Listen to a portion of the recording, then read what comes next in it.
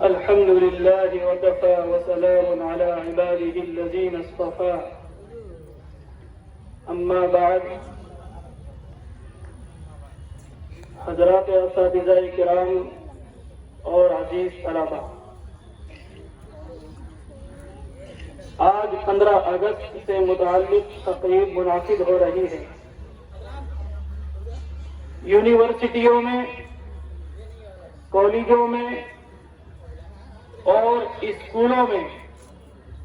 حتیٰ کہ پورے ہندوستان میں اس وقت 15 اگست کی تقریب کا انعقاد ہو رہا ہے۔ ملک کی اکثریت اس بات سے خوش ہے کہ یہ ملک انگریزوں سے آزاد کرایا گیا، انہیں جمہوری حکومت ملی۔ آج یہ ملک جن لوگوں کے ہاتھ میں ہے اور انگریزوں کے ذریعے سے جن لوگوں کو اقتدار حاصل ہوا، انہیں آزادی اور جمہوریت کی خوشی ہے، اور اس ملک میں جو حضرات خوشی کا اظہار کر رہے ہیں تو ان کا خوشی کا اظہار کرنا بالکل صحیح ہے، اس لیے کہ ایک حاصل ملک کہ جس ملک کو حاصل کرنے کے لیے انہوں نے وہ کوشش نہیں کی جو کوششیں مسلمانوں نے کی تھی، اس لیے کہ ایک سجا سجایا اور بنا بنایا ملک جس پر مسلمانوں نے صدیاں خرچ کی تھی، اور انگریز نے بھی تقریباً 90 سال ملک کے اکثر حصے پر حکمرانی کی تھی، اور انگریز نے جب اس ملک پر حکمرانی کی تو یہ 90 سال کی مدت عام طور پر لکھی جاتی ہے کہ انگریز نے اس ملک پر 90 سال حکمرانی کی، تو 1857 عیسوی میں دہلی پر ان کا جھنڈا لہرایا گیا، اور 1947 تک یہ ملک ان کے قبضے میں رہا۔ یہ 90 سال کی مدت ایسی مدت ہے کہ جس میں انہوں نے ایک طرف اس ملک میں اپنے قبضے کو مستحکم اور مضبوط کرنے کے لیے ظلم اور دار و گیر کا سلسلہ چلایا، وہی دوسری طرف اس ملک میں تفریق کرو اور حکومت کرو کی پالیسی پر عمل کیا۔ مسلمانوں کو جو اس ملک کے اصل حاکم تھے انہیں بدنام کیا۔ میرے عزیز طلباء، تاریخ کی جو کتابیں لکھی گئیں ان میں جھوٹ بولا گیا، اور کورس کے لیے جو کتابیں تیار کی گئی ان میں ایسا زہریلا مواد بھر دیا گیا کہ جس کو ہضم کرتے ہوئے جو نسلیں بھی تیار ہوں گی وہ ہمیشہ آپس میں نفرت اور عداوت کو بڑھاوا دیتی رہیں گی۔ بہرحال یوم جمہوریہ اور 15 اگست کی آزادی سے متعلق تقریبات کا انعقاد ہوتا ہے، لیکن ایسی تقریبات کم ہوتی ہیں کہ جن میں حقائق کا صحیح طور پر جائزہ لیا جائے۔ جہاں تک مسلمانوں کا تعلق ہے تو ان کی یہ ذمہ داری اور رسپانسبلٹی ہے کہ حقائق اور ریالٹی کو سمجھیں، تاریخ کا مطالعہ کریں، اپنے اسلاف کی قربانیوں کو یاد کریں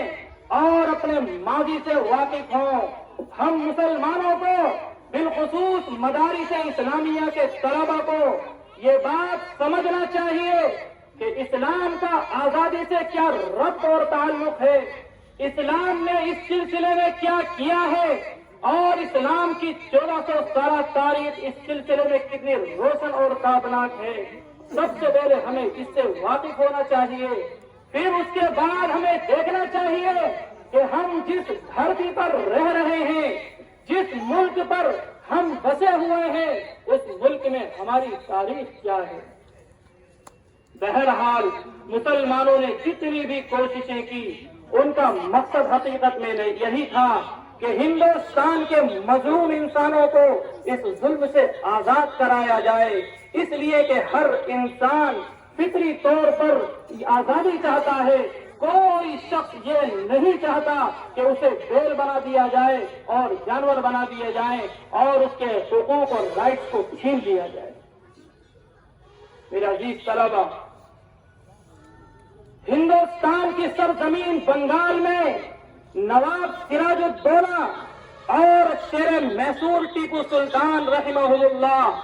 جیسے بہادر جنگجو جب انگریز سے شکست کھا گئے تو اس کی وجہ سے مسلمانوں کے حوصلے پست ہو گئے، اور جس کا نتیجہ یہ ہوا کہ جو دیگر ریاستیں تھیں پھر ان کی یہ ہمت نہ رہی کہ انگریز سے مقابلہ کر سکے اور آنکھیں چار کر سکے، بلکہ انہوں نے انگریز سے معاہدے شروع کر دیے۔ یہ سلسلہ بڑھتا رہا،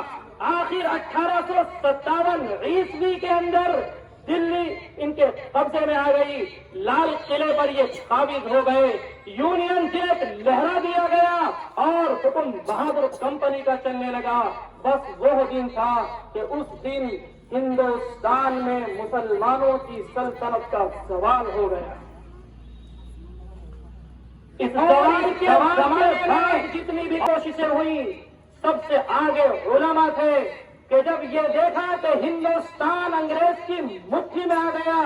اور انگریز اس پر قابض ہو گئے تو سب سے پہلے شاہ عبد العزیز رحمت اللہ علیہ نے فتویٰ صادر کیا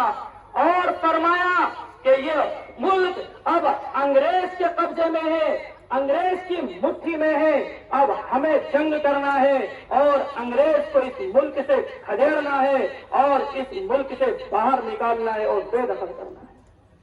میرے عزیز طلبہ، یہ وہ زمانہ تھا کہ جس زمانے میں شاہ عبد العزیز رحمت اللہ علیہ کے ہم پلہ دور دور تک کسی دوسرے مذہب میں موجود نہیں تھا کہ جو یہ سوچ سکتا ہو کہ انگریزوں کو اس ملک سے بھگایا جائے اور نکالا جائے۔ کیونکہ ملک مسلمانوں سے ہی چھینا گیا تھا تو مقابلہ بھی مسلمانوں کو ہی کرنا تھا۔ تو شاہ عبد العزیز رحمت اللہ علیہ نے تحریک شروع کی۔ تحریک کے دوران انگریز چاپلوس چمچگیر ایجنٹوں کی ایک جماعت مسلمانوں کے مقابلے پر آ گئی، ان سے لڑائی ہوئی، جم کر مقابلہ ہوا۔ اس لڑائی کے اندر مولانا اسماعیل شہید رحمت اللہ علیہ اور سید احمد شہید بریلوی یہ دونوں حضرات اس جنگ میں شہید ہو گئے۔ جب یہ دونوں حضرات اس جنگ کے اندر شہید ہو گئے تو تحریک کی ذمہ داری شاہ اسحاق رحمت اللہ علیہ نے اپنے ذمہ لی اور اس تحریک کی کمان کو سنبھالا، لیکن اب حکومت کی طرف سے ظلم کا بازار گرم تھا، حکومت کا ڈنڈا گرم تھا اور حکومت سے وابستہ لوگوں کو